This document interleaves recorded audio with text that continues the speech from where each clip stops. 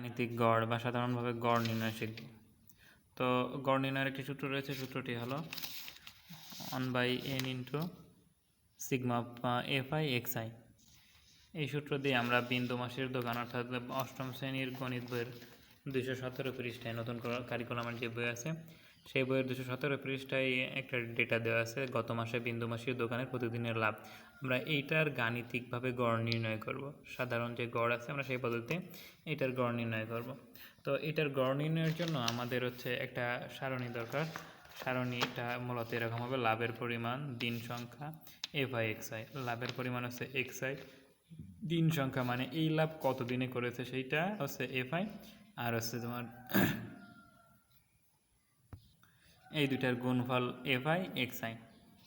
এক্ষেত্রে আমাদের যে ডেটাগুলো ছিল বিন্দু মাসির দোকানের, আমি সেগুলো এই ছক থেকে দেখে, এখানে যে ছক আছে এই ছক থেকে এই তথ্যগুলো দেখে আমি নিজে হচ্ছে পাতিয়ে ফেলেছি। বাম পাশে এখানে 555 আছে, 620 আছে, 660 আছে, 730 আছে, হচ্ছে 780, 825, 875। তো আমরা এবার ওই ছকটাতে খুঁজে বের করব যে তোমার তো সে 555 কতবার আছে, এটা আমি লিখে ফেলছি 2 বার আছে। তো 620 কতবার আছে, চলো আমরা খোঁজ করি।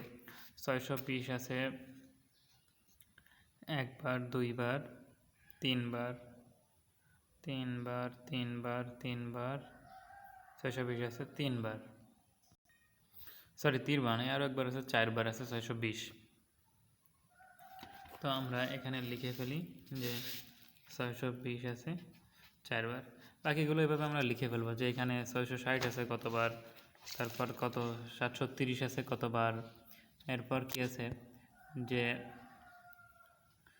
780 আছে কতবার। এগুলো আমি এই যে 8ম শ্রেণীর যে বই, এই যে তথ্যগুলো দেওয়া আছে এখান থেকে আমি এগুলো পাতায় ফেলি। আমি এগুলো গুণে পাতিয়ে ফেলেছি, আমার দিন সংখ্যা পেয়ে গেছি, লাভের পরিমাণ পেয়ে গেছি। এবার fi xi অর্থাৎ এটা গুণ এটা, তাহলে 555 গুণ হচ্ছে যদি 2 করি তাহলে কত আসে, আমরা এগুলো গুণ করে করে এই যে পাশের ঘর আছে এই ঘরে বসাবো।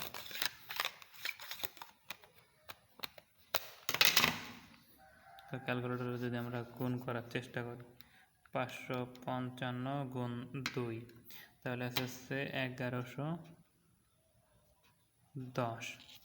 এরপরে যদি করি 620 গুণ 2 2480, যদি গুণ করি 660 গুণ 5 তাহলে আসে হচ্ছে 3300।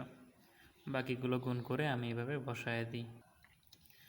এগুলো আমি বসিয়ে ফেলেছি। এবার আমাদের কাজ হলো এগুলো যোগ করা, কারণ আমাদের এখানে একটা সিগমা আছে। সিগমা অফ fi xi কত হয়, fi xi কত হয় আমরা যদি ক্যালকুলেশনে গুণ করে ফেলি তাহলে আসে হচ্ছে 21825।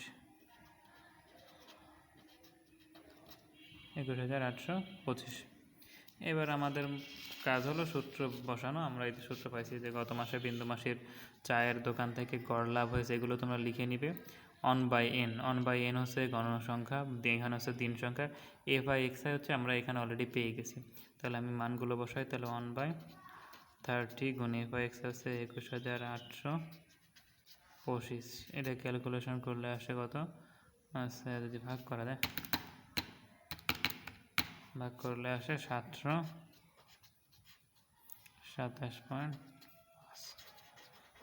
টাকা। ব্যাস, তাহলে আমাদের গাণিতিক গড় শেষ। তাহলে আমরা কি করছি, গাণিতিক গড় নির্ণয়ের জন্য আমরা প্রথমে উপাত্তগুলো একবার করে বসিয়ে নিয়েছি লাভের সংখ্যা বা শ্রেণীব্যাপ্তির জায়গায় আমরা। এরপর ওই যে উপাত্ত এইগুলো মোট কতবার আছে, এগুলো তালিকাতে মোট কতবার আছে আমরা সেগুলো বসিয়েছি। বসার পর হচ্ছে এই যে এইটা গুণ এইটা, এইটা গুণ এইটা সমান সমান এইটা, এইটা গুণ এইটা সমান সমান এইটা, এইগুলো আমরা গুণ করে ফেলছি। এরপর এইটার গণসংখ্যার মোট বের করছি, fi xi এর মোট বের করছি। এরপরে আমরা যে সূত্র জানি গাণিতিক গড়ের যে সূত্র, সেটা হচ্ছে 1/n ইন্টু fi xi। আমরা 1/n, n এর মান ছিল হচ্ছে 30, আমরা বসিয়ে দিয়েছি। এরপরে ছিল হচ্ছে 21825, আমরা সেটাও বসিয়ে দিয়েছি। ক্যালকুলেশন করে একটা গড় আমরা পেয়েছি। তো এটাই ছিল গাণিতিক গড় নির্ণয়ের সবচেয়ে সহজ পদ্ধতি। বন্ধুরা, তোমরা যদি গাণিতিক গড় নির্ণয়ের কোনো একটা স্টেপ বুঝতে না পারো তাহলে কমেন্টে জানাবে। আমি চেষ্টা করব যাতে করে তোমাদেরকে আরও সহজভাবে গাণিতিক গড়টি বুঝিয়ে দেওয়া যায়। এটি শুধু অষ্টম শ্রেণীর বিষয় নয়, বরং দশম শ্রেণীতেও গাণিতিক গড়, সংক্ষিপ্ত পদ্ধতিতে গড় বিষয়গুলো আছে। আমি গত ক্লাসে তোমাদের ধাপ বিচ্যুতি পদ্ধতি বা সংক্ষিপ্ত পদ্ধতিতে গড় নির্ণয় শিখিয়েছি। আজ হচ্ছে শিখলে তোমরা গাণিতিক গড়। আগামীতে আমরা নতুন কোনো একটি ভিডিও নিয়ে হাজির হয়ে যাব। তোমরা আমাদের চ্যানেলটি সাবস্ক্রাইব করে রাখো।